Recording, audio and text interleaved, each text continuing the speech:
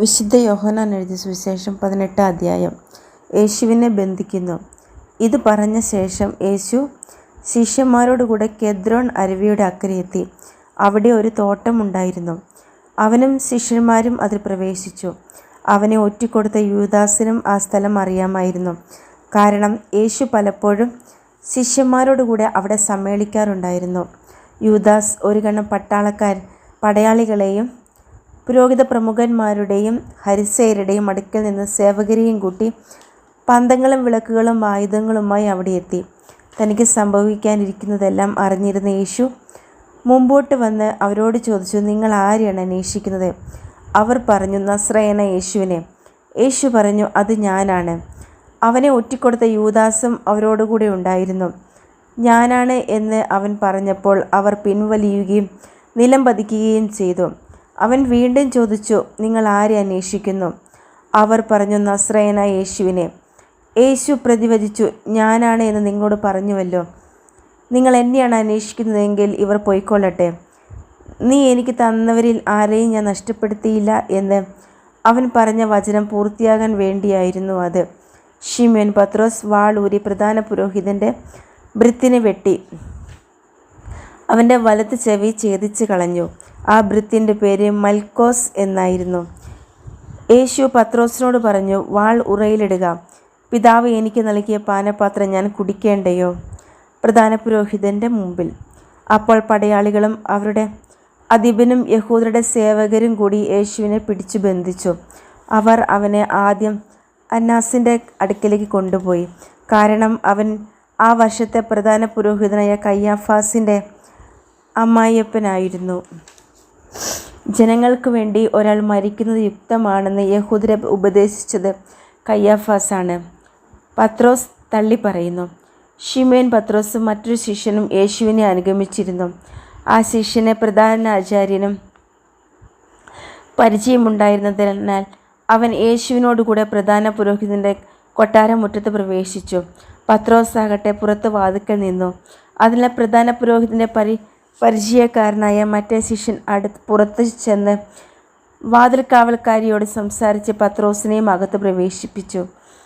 അപ്പോൾ പരിചാരിക പത്രോസിനോട് ചോദിച്ചു, നീയും ഈ മനുഷ്യൻ്റെ ശിഷ്യന്മാരിൽ ഒരുവനല്ലേ?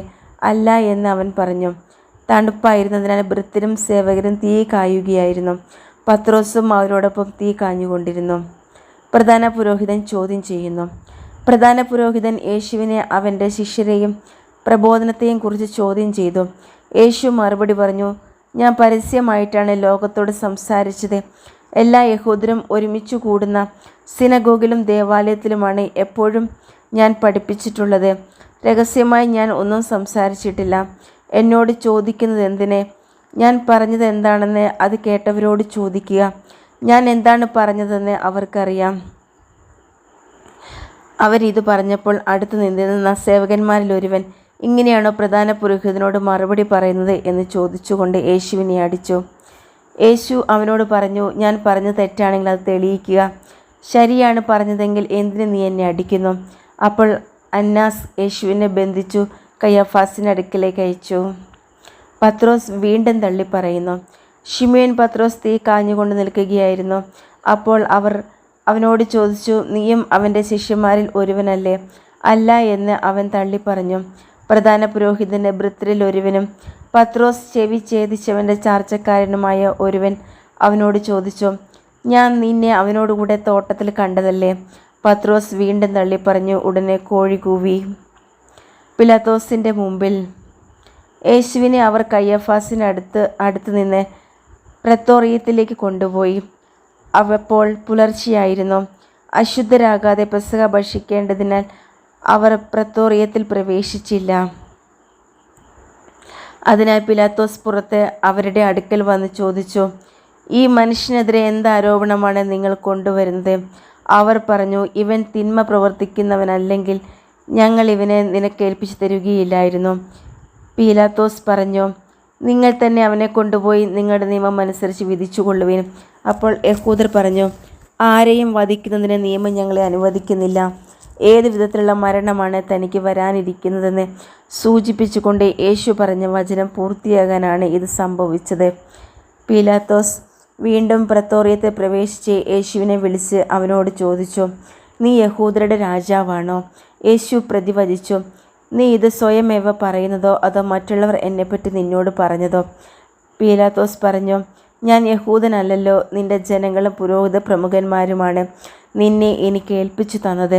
നീ എന്താണ് ചെയ്തത്? യേശു പറഞ്ഞു, എൻ്റെ രാജ്യം ഐഹികമല്ല. ആയിരുന്നുവെങ്കിൽ ഞാൻ യഹൂദർക്ക് ഏൽപ്പിക്കപ്പെടാതിരിക്കാൻ എൻ്റെ സേവകർ പോരാടുമായിരുന്നു. എന്നാൽ എൻ്റെ രാജ്യം ഐഹികമല്ല. പീലാത്തോസ് ചോദിച്ചു, അപ്പോൾ നീ രാജാവാണല്ലേ? യേശു പ്രതിവചിച്ചു, നീ തന്നെ പറയുന്നു ഞാൻ രാജാവാണെന്ന്. ഇതിനു വേണ്ടിയാണ് ഞാൻ ജനിച്ചത്, ഇതിനു വേണ്ടിയാണ് ഞാൻ ഈ ലോകത്തിലേക്ക് വന്നതും, സത്യത്തിന് സാക്ഷ്യം നൽകാൻ. സത്യത്തിൽ നിന്നുള്ളവൻ എൻ്റെ സ്വരം കേൾക്കുന്നു. പീലാത്തോസ് അവനോട് ചോദിച്ചു, എന്താണ് സത്യം? മരണത്തിന് വിധിക്കപ്പെടുന്നു. ഇത് ചോദിച്ചിട്ട് അവൻ വീണ്ടും യഹൂദരുടെ അടുത്തേക്ക് ചെന്ന് അവരോട് പറഞ്ഞു, അവനിൽ ഒരു കുറ്റവും ഞാൻ കാണുന്നില്ല. എന്നാൽ പെസഹ ദിവസം ഞാൻ നിങ്ങൾക്കൊരുവിനെ സ്വതന്ത്രനായി വിട്ടുതരുന്ന പതിവുണ്ടല്ലോ. അതിനാൽ യഹൂദരുടെ രാജാവിനെ ഞാൻ നിങ്ങൾക്ക് വിട്ടുതരട്ടെയോ? ഈ മനുഷ്യനെ അല്ല, ബറാബാസിനെ എന്ന് അവർ ഉച്ചത്തിൽ വിളിച്ചു പറഞ്ഞു. ബറാബാസ് കൊള്ളക്കാരനായിരുന്നു.